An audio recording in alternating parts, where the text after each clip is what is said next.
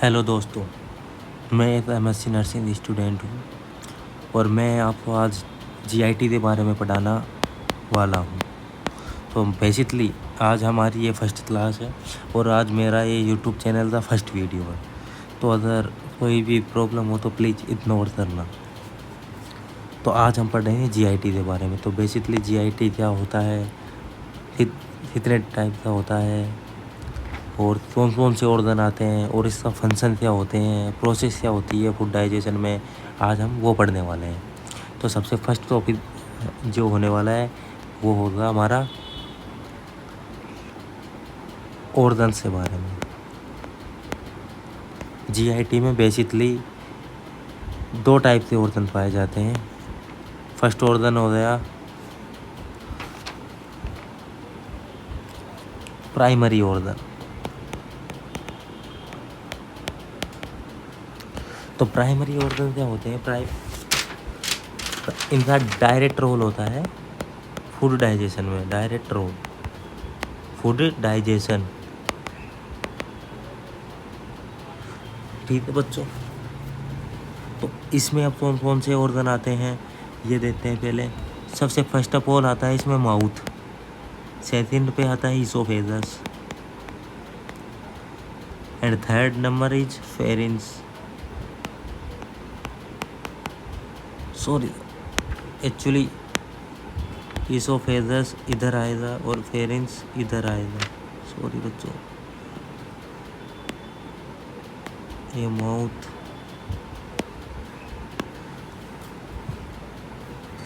अब आता है हमारा स्टोमच।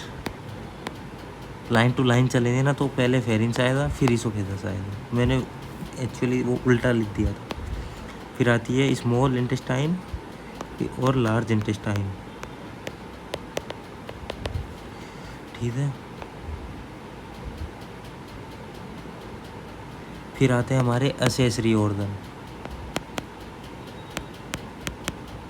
तो असेसरी ऑर्गन क्या होता है, ये हेल्प करते हैं डाइजेशन में, हेल्प इन डाइजेशन। इनका कोई डायरेक्ट रोल नहीं होता प्राइमरी ऑर्गन की तरह।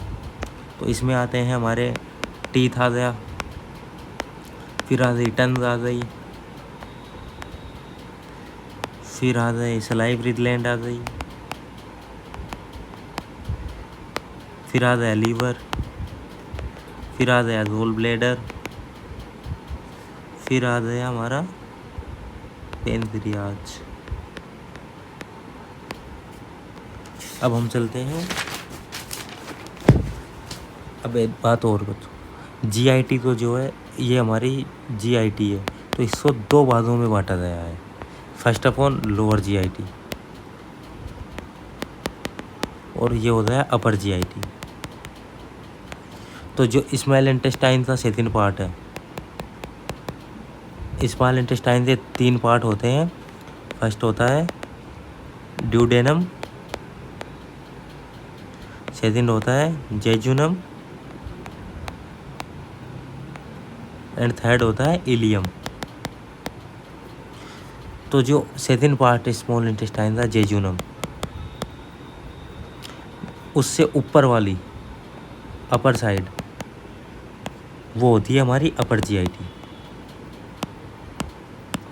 और जो ये जेजुनम से नीचे होती है लोअर, वो होती है हमारी लोअर जीआईटी। अब इन दोनों को डिवाइड किया गया है जिस जंक्शन से, उस जंक्शन का नाम है ड्यूडो जेजुनल जंक्शन। अब हम चलते हैं जीआईटी की लेंथ पे। तो नॉर्मली जीआईटी की लेंथ होती है, वो होती है हमारी 8 to 9 मीटर। फिट में देखे तो 30 फीट। लेकिन यहाँ पर एक ट्विस्ट है, आफ्टर डेथ जीआईटी की लेंथ इंक्रीज हो जाती है। अब इंक्रीज होने का क्या कारण है, कितनी इंक्रीज होती है? तो इंक्रीज होती इसलिए है क्योंकि जब मसल्स में ब्लड सप्लाई होता है तो हमारी मसल्स टाइट रहती है। लेकिन अगर ये डेथ के बाद ब्लड सप्लाई हो गई बंद, तो हमारी मसल्स वो लूज़ होना चालू हो जाएगी।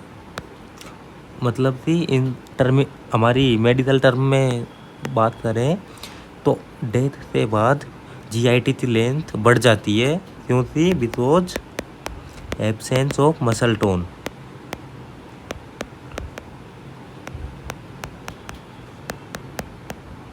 ये मैंने बस आपको समझाने के लिए बताया था, ठीक है। अगर कोई पूछे तो आपको ये बताना है एब्सेंस ऑफ मसल टोन। अब बात करते हैं कितनी पड़ती है, तो 9 to 10 मीटर हो जाती है आफ्टर डेथ। और फिट में बात करें तो 33 फीट आफ्टर डेथ। ये हमारी जीआईटी की लेंथ भी हो गई। अब हम चलते हैं नेक्स्ट टॉपिक के ऊपर, जो है हमारा फंक्शन ऑफ जीआईटी।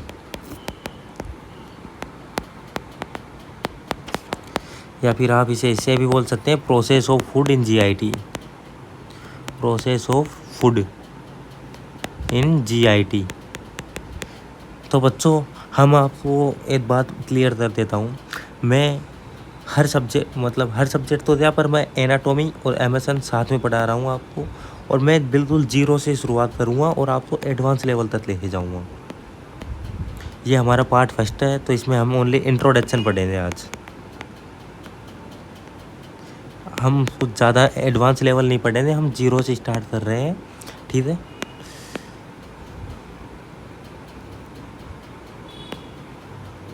तो अब बारी आती है फंक्शन ऑफ। तो फर्स्ट होता है, वो होता है इंजेक्शन। हम अभी आगे चलते इन्हें ढंग से डिस्क्राइब करेंगे, ढंग से इन्हें इनके बारे में समझेंगे, जो भी इससे फंक्शन है उनके बारे में। सेकंड नंबर होता है हमारा चेविन, चबाना, च्यूविन। इसे हम हमारी मेडिकल टर्मिनोलॉजी में बोलते हैं मास्टिकेशन।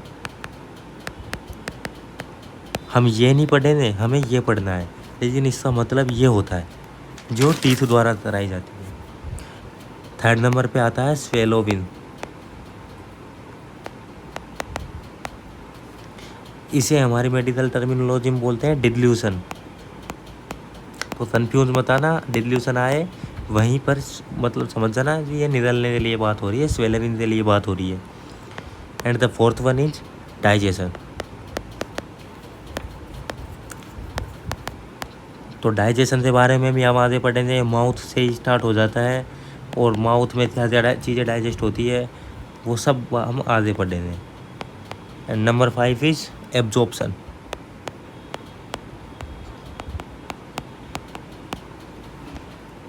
जो भी चीज़ें डाइजेस्ट होने के बाद सिंपल कॉम्प्लेक्स में टूटने के बाद वो एब्जॉर्ब हमारे ब्लड में एब्जॉर्ब कैसे होती है वो हम पढ़ेंगे इसमें आगे। And the 6th number is compaction. अब कॉम्पैक्शन क्या होता है ये थोड़ा सा बता देता हूँ मैं। स्टूल फॉर्मेशन जो कि लार्ज इंटेस्टाइन में होता है, मतलब लार्ज इंटेस्टाइन से स्टार्ट हो जाता है। And the 6th one is defecation. That is the mean is stool pass out.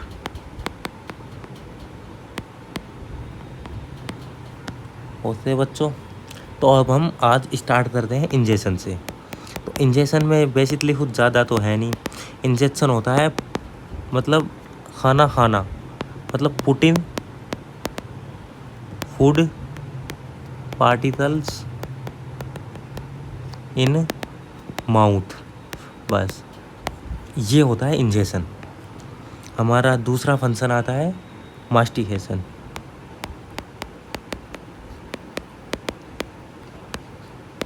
तो मास्टिकेशन क्या होता है?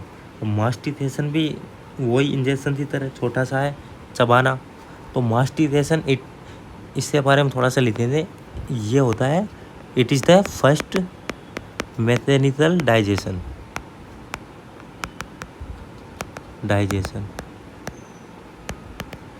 एक बात का बहुत ध्यान रखना, ये मैकेनिकल डाइजेशन है, केमिकल डाइजेशन नहीं है ये। कई बच्चे इधर केमिकल डाइजेशन कर देते हैं, तो इस बात का ध्यान रखना कि ये मैकेनिकल डाइजेशन है, नॉट ए केमिकल डाइजेशन। इसे आल्सो नाउन एज, इसे दूसरे नाम से भी जाना जाता है फिजिकल डाइजेशन, फिजिकल डाइजेशन। इसके अंदर हमारा क्या होता है, in this large food stuff या पार्टिकल्स ब्रेक डाउन इन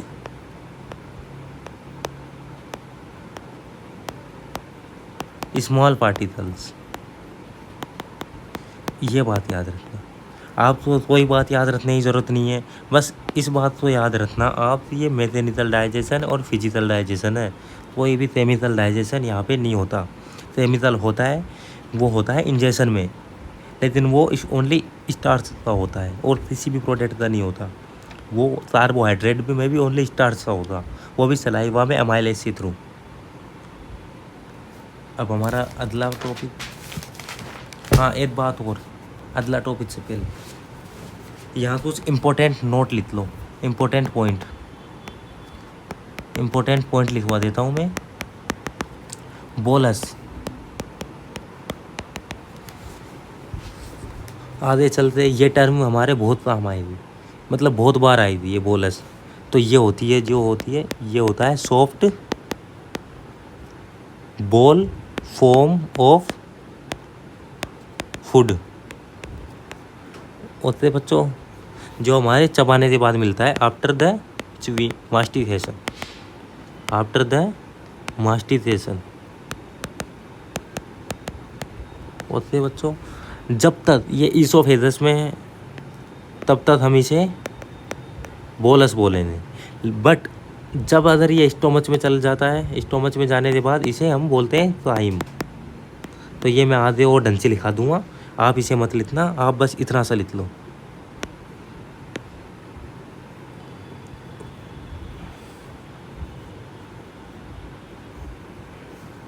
आप बस अभी इतना सा लिख लो, soft ball form of food.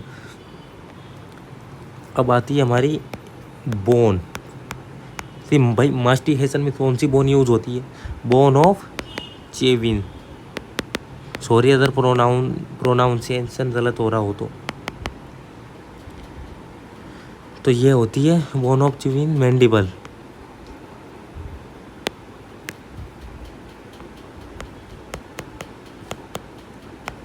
Mandible और लोअर जा।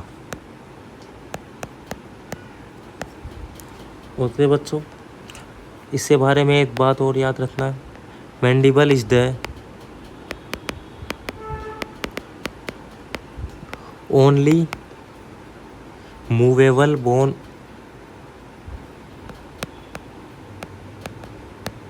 ये मूवेबल बोन होती है बच्चों, ठीक है। हम अब दूसरी बात चलती है, तो मसल्स ऑफ चेविन, कौन सी मसल्स यूज़ होती है, तो इसका आंसर है मैसेटर। हमारे यहाँ पे मैसेटर मसल का यूज़ होता है पूरा भोजन को चबाने में। स्पेलिंग गलत मत लिख लेना बच्चों, इसी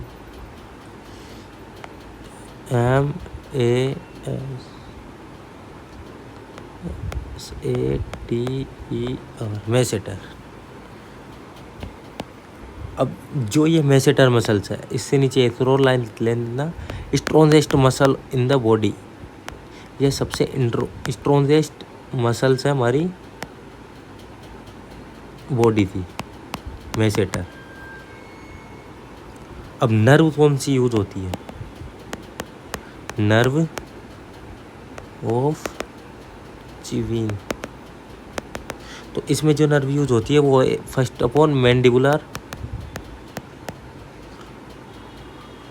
और ट्राइजेमिनल चेतिन, ट्राइजेमिनल नर्व। आप रेनियल नर्व पढ़ोगे उसमें ये भी पढ़ोगे कि ये फर्स्ट नंबर की नर्व है और ये सेकंड नंबर की नर्व है, और इसमें रेनियल नर्व 5 यूज हो भी हो, रेनियल नर्व 5 भी यूज होती। अरे सॉरी बच्चों, sorry sorry sorry, that is the wrong.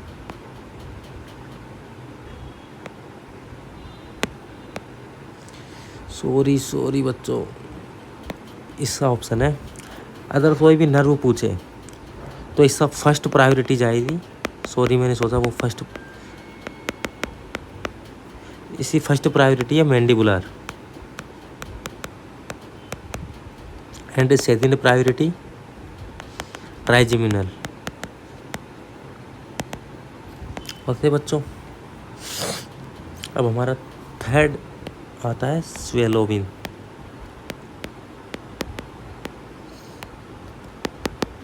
तो स्वेलोविन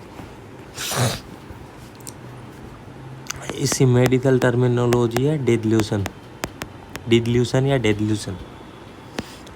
it means entry of food, it means entry of food from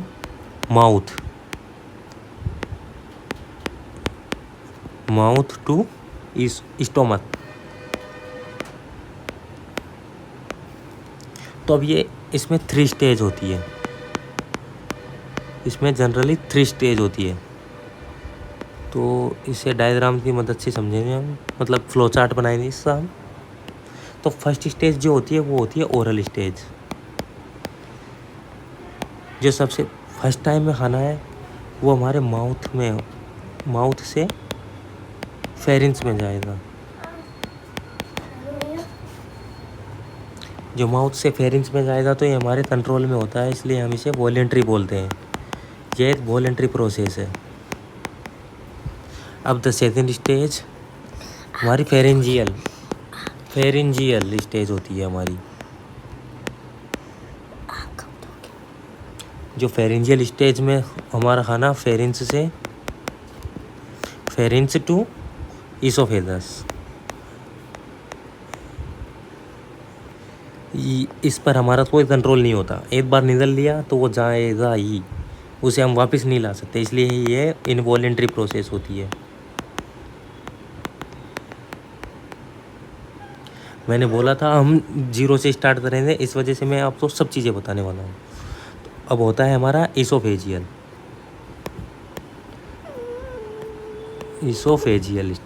तो इसके अंदर हमारा ईसोफेगस से खाना जाता है स्टोमच में। तो ये भी हमारी इनवॉलेंट्री प्रोसेस है, इस पर भी हमारा कोई कंट्रोल नहीं है। अब वॉलेंट्री प्रोसेस, कहीं भी वॉलेंट्री शब्द आ जाए किसी भी सब्जेक्ट में कहीं पर भी, तो इसका मतलब होता है वो हमारे कंट्रोल में है। लेकिन अगर इनवॉलेंट्री आ जाए तो वो हमारे कंट्रोल में नहीं है।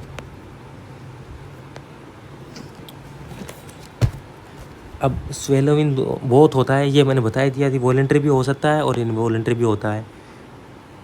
अब स्वेलोविन सेंटर,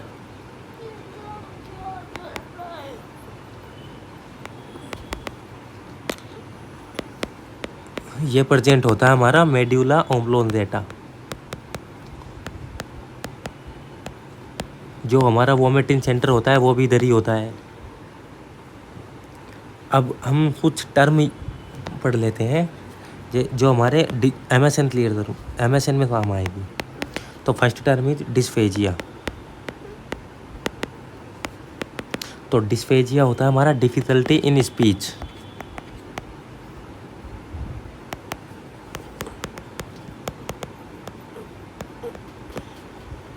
ये इसे याद करने के लिए ये देखना, इधर एस आ रहा है मतलब स्पीच, और अगर इधर ही जी आ जाए तो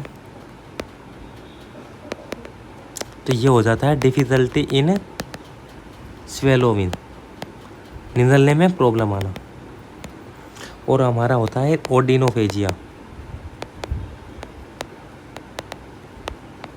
अब हमारा ओडिनोफेजिया होता है पेन ड्यूरिंग स्वेलोविंग, निगलते टाइम दर्द होना गले में।